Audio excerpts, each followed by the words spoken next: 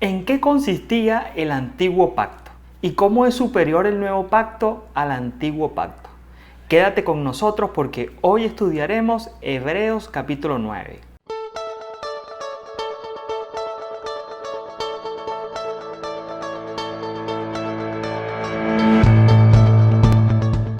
En el capítulo 8 de Hebreos vimos cómo Jesús es quien nos introduce en el nuevo pacto y que en el antiguo pacto es figura y sombra de las cosas celestiales. Ahora, en el capítulo 9 escribe acerca del tabernáculo. Tengamos en cuenta que no habla del templo, no se especifican los detalles del tabernáculo, solo alude a algunos de sus tesoros. La descripción principal del tabernáculo del desierto se encuentra en los capítulos 25 al 31 y 35 al 40 de Éxodo. Ahora, leamos lo que nos dice Hebreos capítulo 9 desde el versículo 1 en adelante. Ahora bien, aún el primer pacto tenía ordenanzas de culto y un santuario terrenal, porque el tabernáculo estaba dispuesto así. En la primera parte, llamada el lugar santo, estaban el candelabro, la mesa y los panes de la proposición. Tras el segundo velo estaba la parte del tabernáculo llamada el lugar santísimo, el cual tenía un incensario de oro y el arca del pacto cubierta de oro por todas partes, en la que estaba una urna de oro que contenía el maná, la vara de Aarón que reverdeció y las tablas del pacto, y sobre ella los querubines de gloria que cubrían el propiciatorio, de las cuales cosas no se puede ahora hablar en detalle. El tabernáculo ordenado por el antiguo pacto fue planeado por Dios, pero planeado para un servicio terrenal. El tabernáculo era una carpa de unos 5 metros de largo por 5 metros de ancho y 5 metros de altura, dividido en 2 habitaciones. La habitación más grande, es decir, la primera parte, era el lugar santo, de unos 5 metros por unos 10 metros. Tras el segundo velo estaba la habitación más pequeña, de unos 5 metros por 5 metros, llamada el lugar santísimo. En el lugar santo habían 3 cosas. La primera es el candelabro, con una caña central y 6 brazos, 3 de un lado y 3 del otro. Estaba en la primera parte y no tenía una medida específica. Fue hecho de oro puro. Proveía de la única luz en el tabernáculo y siempre estaba encendida. La segunda es la mesa. Estaba en la primera parte y fue hecha de madera de acacia, cubierta con oro. Tenía 1 metro de largo y 65 centímetros de ancho y 90 centímetros de altura. Sostenía los 12 panes de la proposición, cada uno representando la comunión de Dios con las 12 tribus de Israel. El tercero es el incensario, que fue hecho de madera de acacia cubierta con oro. Tenía medio metro cuadrado y 1 metro de alto. Estaba delante del velo en el lugar santísimo y era usado para quemar incienso. En él se quemaba incienso todas las mañanas y tardes, lo que simbolizaba las oraciones del pueblo que se elevaban a Dios.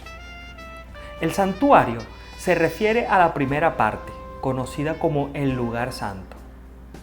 Un velo, es decir, una cortina gruesa que separaba a la primera parte del lugar santísimo. Solo el sumo sacerdote entraba en el lugar santísimo una vez al año, el día de la expiación, y solo después de una preparación elaboradísima. El arca del pacto estaba dentro del lugar santísimo y era un cofre hecho de madera de acacia, cubierto de oro. Tenía un poco más de 1 metro de largo, 70 centímetros de ancho y 70 centímetros de altura. Tenía 4 anillos 2 de cada lado, donde iban las varas. Dentro del arca estaban la urna de oro que contenía el maná, la vara de Aarón que reverdeció y las tablas del pacto. El maná le recordaba a Israel la provisión de Dios y su ingratitud. La vara de Aarón les recordaba de su rebelión contra la autoridad de Dios. Y las tablas del pacto les recordaban de su fracaso al tratar de cumplir con los 10 mandamientos y el resto de la ley. El propiciatorio era la tapa ornamentada del arca del pacto, hecha con diseños de querubines de oro sobre ella. La sangre del sacrificio era rociada sobre él para el perdón de los pecados de Israel en el día de la expiación. Nadie podía pasar por la puerta del atrio del tabernáculo.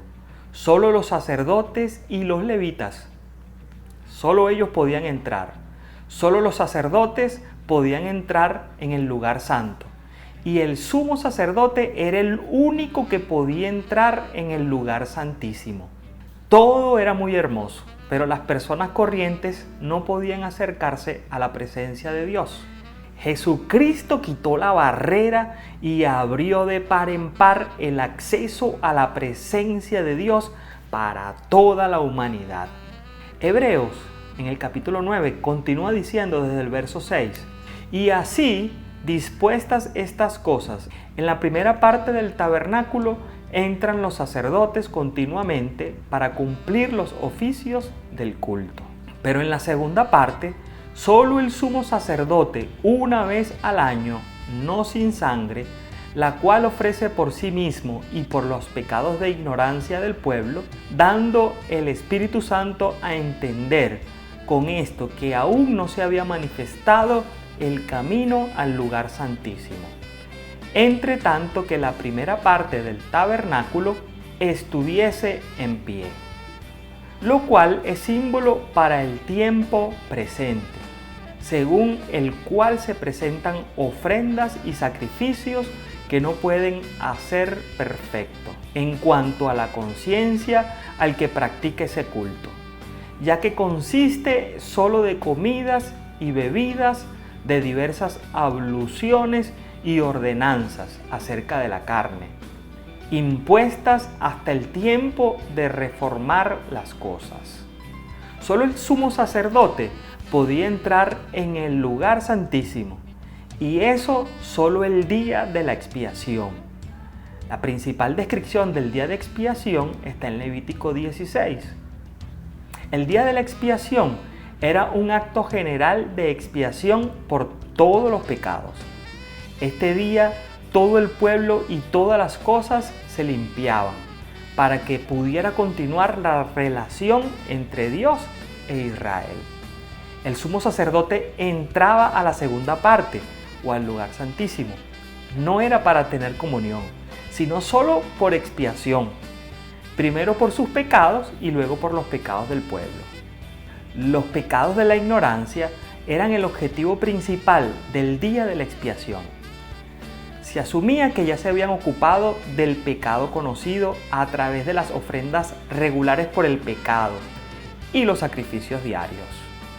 La purificación era meramente externa, porque el sacrificio consistía en animales y su sangre.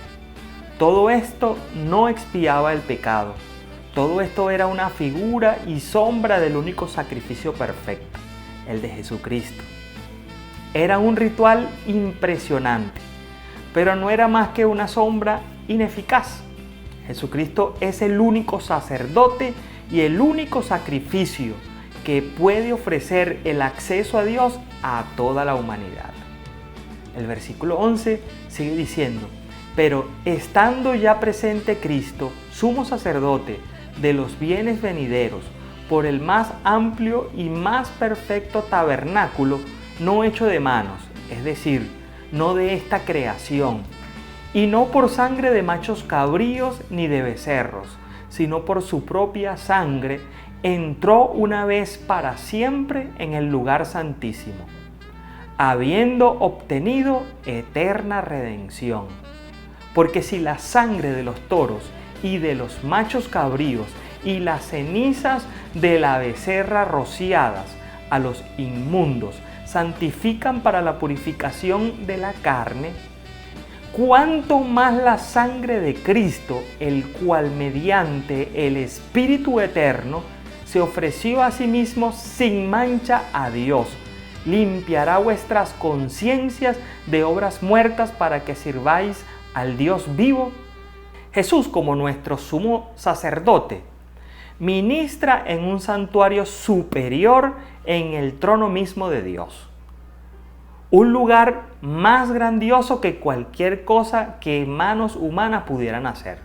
La sangre de machos cabríos y de becerros era suficiente para cubrir el pecado, pero temporalmente.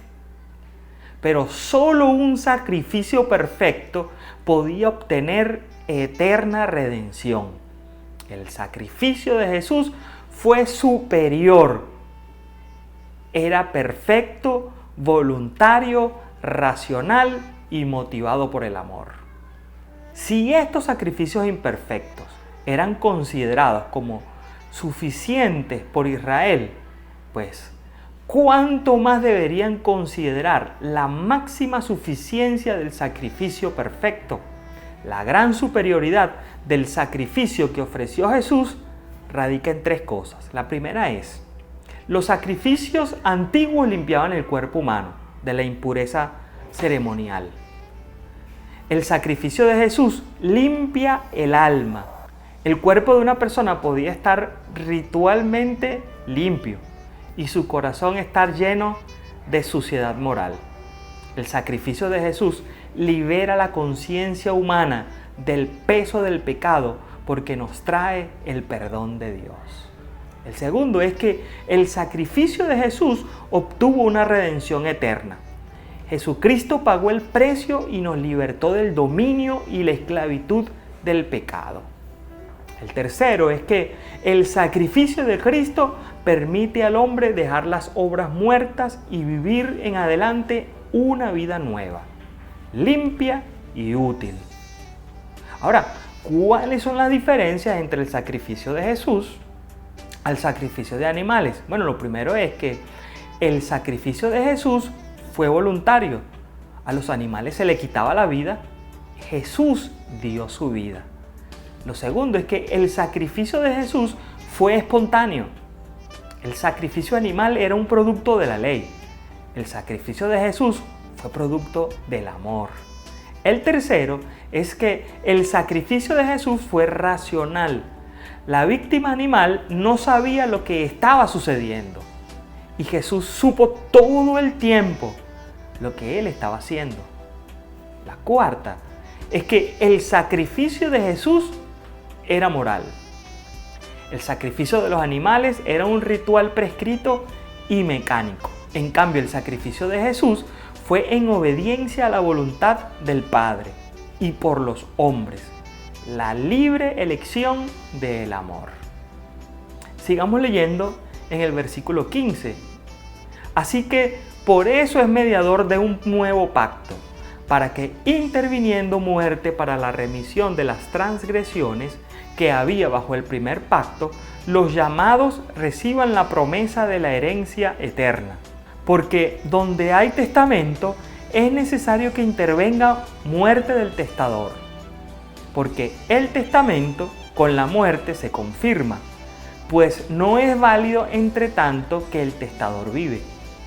De modo, ni aun el primer pacto fue instituido sin sangre, porque habiendo anunciado Moisés todos los mandamientos de la ley a todo el pueblo, tomó la sangre de los becerros y de los machos cabríos, con agua, lana, escarlata e hisopo, y roció el mismo libro y también a todo el pueblo, diciendo: esta es la sangre del pacto que Dios os ha mandado. Y además de esto, roció también con la sangre el tabernáculo y todos los vasos del ministerio. Y casi todo es purificado según la ley, con sangre, y sin derramamiento de sangre no se hace remisión. Un testamento, en el sentido de la última voluntad y testamento, solo entra en vigor cuando la persona que lo hizo muere. Por lo tanto, Jesús tenía que morir para que el testamento o pacto entrara en vigor. Recordemos que la palabra que ha estado siendo utilizada para pacto en realidad es la palabra testamento. La idea es esencialmente la misma que la de un pacto, excepto que solo está dictada por una de las dos partes, no negociada por las dos. Evidentemente, la muerte era necesaria para el antiguo pacto. Prácticamente cada parte del sistema de sacrificios bajo la ley de Moisés era tocada por sangre, de una o de otra forma. Se declara un principio importante en este segmento. Sin derramamiento de sangre no se hace remisión de pecado. Mucha gente cree que el pecado es remitido o perdonado por el tiempo, o por buenas obras, o por nuestras vidas decentes, o simplemente por la muerte. Pero no hay perdón sin derramamiento de sangre. Y no hay perdón perfecto sin sacrificio perfecto. El perdón de nuestros pecados tuvo un costo muy alto: el derramamiento de la sangre de Jesucristo. Debemos recapacitar y ver el efecto de lo que hizo nuestro pecado en alguien que nos ama eternamente. El versículo 23 en adelante sigue diciendo: fue pues necesario que las figuras de las cosas celestiales fuesen purificadas así, pero las cosas celestiales mismas con mejores sacrificios que estos. Porque no entró Cristo en el santuario hecho de mano, figura del verdadero, sino en el cielo mismo, para presentarse ahora por nosotros ante Dios. Y no para ofrecerse muchas veces, como entra el sumo sacerdote en el lugar santísimo cada año con sangre ajena. De otra manera, le hubiese sido necesario padecer muchas veces desde el principio del mundo, pero ahora, en la consumación de los siglos, se presentó una vez para siempre por el sacrificio de sí mismo para quitar de en medio el pecado. Y de la manera que está establecido para los hombres que mueran una sola vez, y después de esto, el juicio. Así también Cristo fue ofrecido una sola vez para llevar los pecados de muchos, y aparecerá por segunda vez sin relación con el pecado para salvar a los que le esperan. En este segmento del capítulo se nos recalca una vez más la supremacía de la obra y sacrificio de Jesucristo. El primer punto que nos da es que Cristo no entró en ningún santuario de fabricación humana, sino en la misma presencia de Dios. Lo segundo es que Cristo entró a la presencia de Dios no solamente por sí mismo, sino también como nuestro representante. Entró para abrirnos el camino y para defendernos. El tercero es que el sacrificio de Jesucristo no es necesario que se vuelva a repetir. Su sacrificio fue una sola vez por todas y satisfizo a la perfección la santa justicia de Dios. Este segmento del capítulo también nos enseña que el hombre muere una sola vez y después el juicio. Esto significa que no hay segundas oportunidades más allá de la tumba. Ahora es el tiempo de elegir a Jesucristo, porque cuando morimos viene después de esto el juicio. El enfoque de la primera venida de Jesús fue hacer frente al problema del pecado a través de su sacrificio expiatorio. Pero ahora, habiendo solucionado a la perfección el problema del pecado, viene otra vez, pero sin relación con el pecado, para la salvación y rescate de nosotros, su pueblo. En cada capítulo que vayamos estudiando, esto se va a poner mejor. Así que espero que este mensaje, este estudio haya sido de bendición a tu vida, y si fue así, compártelo con otro. Nos vemos en la próxima. Que Dios te bendiga.